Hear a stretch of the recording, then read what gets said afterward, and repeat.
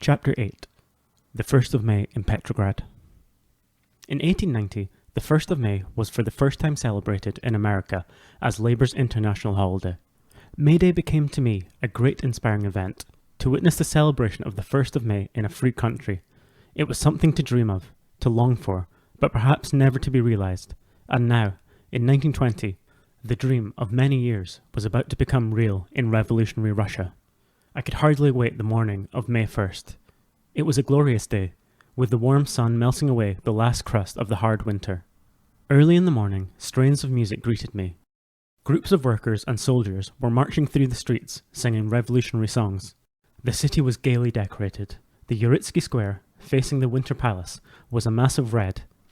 The streets nearby, a veritable riot of colour. Great crowds were about, all wending their way to the Field of Mars, where the heroes of the revolution were buried. Though I had an admission card to the reviewing stand, I preferred to remain among the people, to feel myself a part of the great host that had brought about the world event. This was their day, the day of their making. Yet they seemed particularly quiet, oppressively silent. There was no joy in their singing, no mirth in their laughter. Mechanically they marched. Automatically they responded to the clackers on the reviewing stand, shouting hurrah as the columns passed. In the evening, a pageant was to take place. Long before the appointed hour, the Uritsky Square, down to the palace and to the banks of the Niva, was crowded with people gathering to witness the open-air performance symbolizing the triumph of the people. The play consisted of 3 parts. The first portraying the conditions which led up to the war and the role of the German socialists in it. The second reproduced the February Revolution, with Kerensky in power. The last, the October Revolution. It was a play beautifully set and powerfully acted, a play vivid, real, fascinating. It was given on the steps of the former stock exchange, facing the square. On the highest step sat kings and queens of their countries, attended by soldiery in gay uniforms. The scene represents a gala court affair. The announcement is made that a monument is to be built in honour of world capitalism. There is much rejoicing, and a wild orgy of music and dance ensues. Then from the depths there emerge the enslaved and toiling masses, their chains ringing mournfully to the music above. They are responding to a command to build the monument for the masters. Some are seen carrying hammers and anvils. Others stagger under the weight of huge blocks of stone and loads of brick.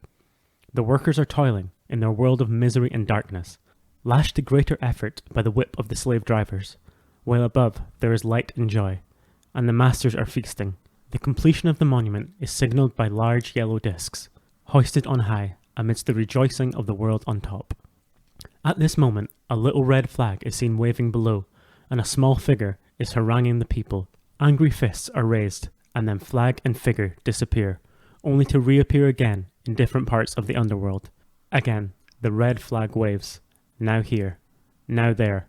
The people slowly gain confidence, and presently become threatening. Indignation and anger grow. The kings and queens become alarmed. They fly to the safety of the citadels, and the army prepares to defend the stronghold of capitalism. It is August 1914. The rulers are again feasting, and the workers are slaving. The members of the Second International attend the confab of the mighty. They remain deaf to the plea of the workers to save them from the horrors of war. Then the strains of God Save the King announce the arrival of the English army. It is followed by Russian soldiers with machine guns and artillery, and a procession of nurses and cripples, the tribute to the Moloch of war. The next act pictures the February Revolution. Red flags appear everywhere. Motor cars dash about. The people storm the Winter Palace and haul down the emblem of Tsardom. The Kerensky government assumes control, and the people are driven back to war. Then comes the marvellous scene of the October Revolution, with soldiers and sailors galloping along the open space before the white marble building. They dash up the steps into the palace. There is a brief struggle, and the victors are hailed by the masses in wild jubilation. The Internationale floats upon the air. It mounts higher and higher into exultant pearls of joy. Russia is free. The workers, sailors, and soldiers usher in the new era, the beginning of the world commune.